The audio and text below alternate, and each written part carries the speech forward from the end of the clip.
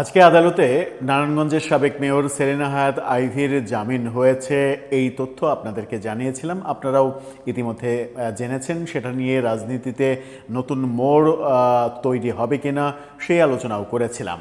আরেকটি গুরুত্বপূর্ণ, আরও দুটো মূলত গুরুত্বপূর্ণ ঘটনা ঘটেছে আজকে আদালতে আরও দুটো বললে ভুল হবে। আসলে আজকে আদালতে অন্তত 4টি রাজনৈতিক মামলা নিয়ে গুরুত্বপূর্ণ ঘটনা ঘটেছে, যার একটা সেলিনা হায়াৎ আইভী, একটা চিন্ময় প্রভু ইসকন নেতা, আর দুটো হচ্ছে সাবেক মন্ত্রী এবং বাংলাদেশের কিংবদন্তি সাংস্কৃতিক ব্যক্তিত্ব, কিংবদন্তি অভিনেতা এবং বাকের ভাইয়ের চরিত্রে অভিনয় করা সেই আসাদুজ্জামান নূর, তার জামিনের ঘটনা ঘটেছে এবং আওয়ামী লীগের সাবেক চিফ হুইপ যিনি ছিলেন তার জামিনও হয়েছে। বিশিষ্ট আইনজীবী বীর মুক্তিযোদ্ধা জেডাই খান পান্না এই মামলাগুলো লড়েছেন আদালতে এবং তিনি এই তথ্য নিশ্চিত করেছেন। আসাদুজ্জামান নূর কি তাহলে জামিন কারাগার থেকে মুক্ত হচ্ছেন? তিনি অসুস্থ, এই খবর আমরা জানি। আসম ফিরোজ, সাবেক চিফ হুইপ, তিনি কারাগার থেকে মুক্ত হচ্ছেন, এটা কনফার্ম করেছেন জেডাই খান পান্না। কিন্তু রাষ্ট্রপক্ষ কি হাইকোর্টের এই যে আদেশ, সেই আদেশে চুপ থাকবে নাকি তারা যাবে আপিল বিভাগে? খুব শীঘ্রই কি এই দুইজনকে আমরা কারামুক্ত হতে দেখব নাকি আপিল বিভাগে গিয়ে আটকে যাবে? চলুন একটু জেনে দেখি কি ঘটনা ঘটল। আওয়ামী লীগের খুবই গুরুত্বপূর্ণ এই দুজন, বিশেষ করে আসাদুজ্জামান নূর, যাকে রাজনীতির ঊর্ধ্বে ভাবেন অনেকে, বাংলাদেশের সাংস্কৃতিক অঙ্গনের কিংবদন্তি তিনি, তার জামিনের ব্যাপারে সোচ্চার কণ্ঠে অনেককেই কথা বলতে দেখা যাচ্ছে। সেই ব্যাপারটা প্রয়োজন মনে করছেন অনেকে, আবার অনেকে বলেন যে আসাদুজ্জামান নূর তিনি তো আওয়ামী লীগের দোসর, বহু অপকর্ম করেছেন। চলুন আলোচনা করে বুঝে দেখার চেষ্টা করি কি ঘটলো আদালতে এই দুইজনের জামিন নিয়ে। থাকবেন পলিটিক্স। বলছিলাম বীর মুক্তিযোদ্ধা বিশিষ্ট আইনজীবী জেডাই খান পান্নার কথা। আদালতের নির্দেশনার পরে জেডাই খান পান্না সাংবাদিকদের সঙ্গে কথা বলেছেন এবং সেখানে তিনি বলেছেন আসাদুজ্জামান নূর এবং আসম ফিরোজ এই দুইজনের বিরুদ্ধে যত মামলা আছে সব মামলাই মিথ্যা মামলা, সবগুলোই মামলার ব্যবসা করার জন্য দেয়া হয়েছে। তিনি একেবারে কনফার্ম করেছেন আসাদুজ্জামান নূরের 2টি মামলায় আজকে জামিন দেয়া হয়েছে। বলেছেন যে 2টা মামলায় জামিন অ্যাবসুলেট করেছেন আদালত এবং আসম ফিরোজ, সাবেক চিফ হুইপ আওয়ামী লীগের, তার জামিনও আদালত অ্যাবসুলেট করেছেন, অর্থাৎ কনফার্ম করেছেন, এটা বলেছেন। তিনি বলছেন যে নূরের আরও মামলা রয়েছে, সুতরাং নূরের জামিন হওয়ার ক্ষেত্রে প্রশ্ন থাকতেই, কারামুক্ত হওয়ার ক্ষেত্রে প্রশ্ন থাকতেই পারে, কিন্তু আসম ফিরোজের জামিন পেতে কোনো সমস্যা নেই। তিনি বলছেন যে হয়তো আগামীকালকের মধ্যে আসম ফিরোজ কারামুক্ত হবেন এবং তিনি পরিবারের কাছে ফিরে যেতে পারবেন। তিনি অসুস্থ, এই দুইজনই অসুস্থ, সেই তথ্য তিনি জানিয়েছেন। তিনি বলছেন যে এই সকল মামলায় 200 থেকে 500 জন করে আসামি করা হয়েছে এবং এই সকল মামলায় আসাদুজ্জামান নূর কিংবা আসম ফিরোজ তাদের কারোরই সংশ্লিষ্টতার কোনো নজির নেই, কোনো ধরনের কোনো তথ্য উপাত্ত নেই। এজাহার যেটা করা হয়েছে সেখানে তাদের বিরুদ্ধে স্পেসিফিক কোনো ক্লেম দিতে পারেনি।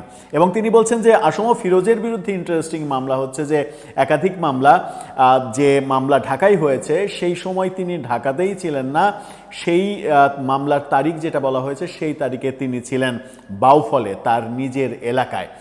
এই তথ্য তিনি দিয়েছেন। বলছেন যে এগুলো মামলা বাণিজ্য এবং তিনি বলছেন যে বর্তমান আইনমন্ত্রী আসাদুজ্জামান, তার দৃষ্টি আকর্ষণ করে তিনি বলছেন যে তিনি রাজনীতি করে আসা একজন মানুষ, এক সময় প্রগতিশীল রাজনীতি করতেন, সুতরাং তার নজরে ব্যাপারগুলো আনছি, তিনি এই ব্যাপারগুলোকে পজিটিভলি দেখবেন, এই মামলা বাণিজ্য থেকে জাতিকে রক্ষা করবেন, এরকম একটা কথা বলেছেন। এদিকে ডেইলি স্টার এই তথ্যটা নিশ্চিত করছে। ডেইলি স্টারের এই শিরোনামটা দেখে নেই। সেখানে বলা হচ্ছে আরও 2 মামলায় আসাদুজ্জামান নূরের জামিন, মুক্তি পাচ্ছেন না এবারও। আরও 2 মামলায় জামিন দেওয়া হয়েছে। সম্প্রতি আদালতে আরও একটা মামলায় জামিন পেয়েছেন, কিন্তু গাড়ি চাপা দিয়ে মারা তার এলাকায় তার গাড়ি চাপায় 2 জনের মারা যাওয়ার ঘটনায় সেটাতে জামিন হয়নি, অথচ গাড়ি তিনি চালাচ্ছিলেন না, চালাচ্ছিলেন তার ড্রাইভার। ইন্টারেস্টিংলি তার এলাকায় বিএনপির এক কর্মীর হত্যার মামলা তার বিরুদ্ধে করা হয়েছিল, সেই মামলায় তিনি জামিন পেয়েছেন, কিন্তু গাড়ি চাপা মামলায় তাকে জামিন দেয়া হয়নি।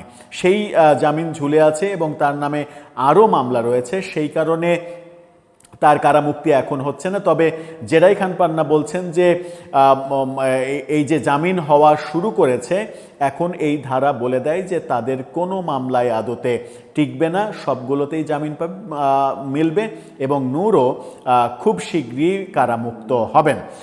নূর কারামুক্ত হবেন এই তথ্য যখন তিনি বলছেন, তখন আমরা দেখছি যে সরকারের পক্ষ থেকে বলা হচ্ছে ভিন্ন কথা।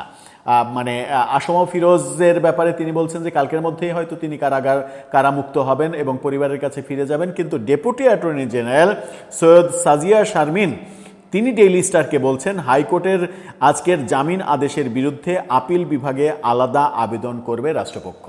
অর্থাৎ আসাদুজ্জামান নূর এবং আসম ফিরোজের যে জামিন, সেই জামিনের বিরুদ্ধে আপিল বিভাগে আবেদন করা হবে, এই জামিন যেন বাতিল করে দেয়া হয়।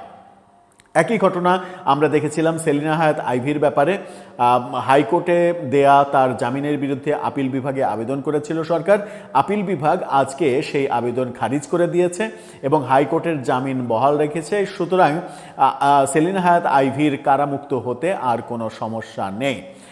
এবার দেখার পালা যে আসাদুজ্জামান নূর এবং আসম ফিরোজের যে জামিন, হাইকোর্টের জামিন, এটা আদালতে, উচ্চ আদালতে অর্থাৎ আপিল বিভাগে গিয়ে এই রায় ঠিক থাকে নাকি নতুন রায় আসে যে জামিন বাতিল করে দেয়া হলো।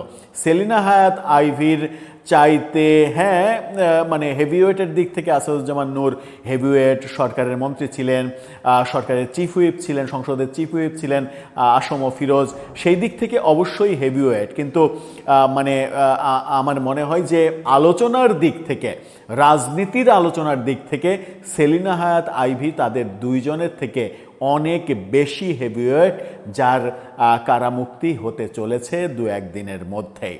তাহলে কি এই দুটোও একই পথে যাবে? আসম ফিরোজকে আমরা খুব শীঘ্রই কারামুক্ত দেখব। আসাদুজ্জামান নূর, যিনি অসুস্থ হয়ে কারাগারে রয়েছেন, তার বাকি মামলাগুলোতেও জামিন কি আমরা দেখব? দর্শক, আপনার কাছে কি মনে হয়? আদালত যে গতিতে এগোচ্ছে, যে ল্যাঙ্গুয়েজ আদালতের কাছ থেকে আমরা শুনতে পাচ্ছি, তাতে বোধহয় আওয়ামী লীগের নেতাকর্মীরা আশাবাদী হতে পারেন, নাকি ভিন্ন কিছু ঘটবে? আপনার মন্তব্য জানিয়ে লিখতে পারেন আমাদের কমেন্ট বক্সে।